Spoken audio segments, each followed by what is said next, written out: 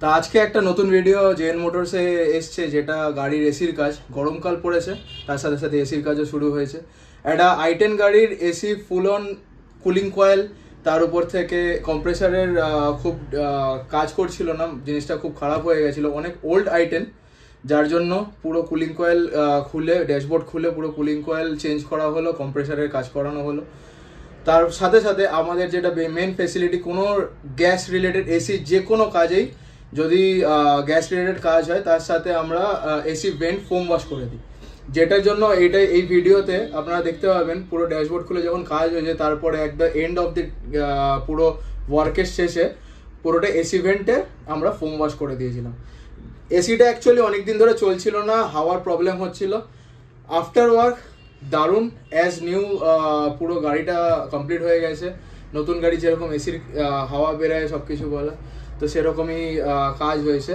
তো এরকমই সুন্দর সুন্দর কাজ করতে হলে বা একদম জেনুইন কাজ করতে হলে একটাই দোকানে আসতে হবে, জেএন মোটরস, গড়িয়া মহামায়াতলা। আমার একটা হুন্ডাই i10 ছিল, যেটা আমি জেএন মোটরে কাজে দিয়েছিলাম জিদানের কাছে। জিদান আমার পরিচিত, আমার বন্ধু, স্টুডেন্ট হয়। তো এক্সিলেন্ট কাজ করেছে। আমার এসিটা একটু ট্রাবল ছিল, অন্য এক জায়গায় করিয়েছিলাম, তো সেখানে সাকসেস হয়নি। তো ওর কাছে গাড়িটা দেওয়াতে ও খুব দায়িত্ব নিয়ে বলেছে যে এসিটা আমি সাকসেস করব। আমি হাইলি স্যাটিসফাইড।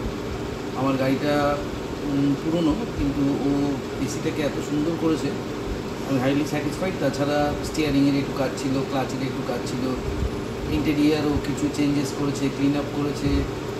ওভারঅল গাড়ি নিয়ে আমার কিছু বলা হবে না, মানে বলার নেই। এক্সেলেন্ট কাজ করেছে, মানে আই এম হ্যাপি। তো সবাইকে বলছি যে আমার চেনা জানা কি বন্ধুবান্ধব যে যা আছো, ইয়াং ছেলে, খুব ভালো আর খুব দায়িত্ব নিয়ে কাজটা করে। আর সবচেয়ে বেস্ট যেটা, সেটা হচ্ছে যে প্যাশানে কাজটা করে, প্রফিট ওরিয়েন্টেশন নেই। তো মানে এই কাজটা করে আমাকে কামাতে হবে, নট দ্যাট। তো কাজটাকে ভালোবাসে। আমি যতদূর বুঝি, আমিও ব্যবসা করি, তো আমি হ্যাপি।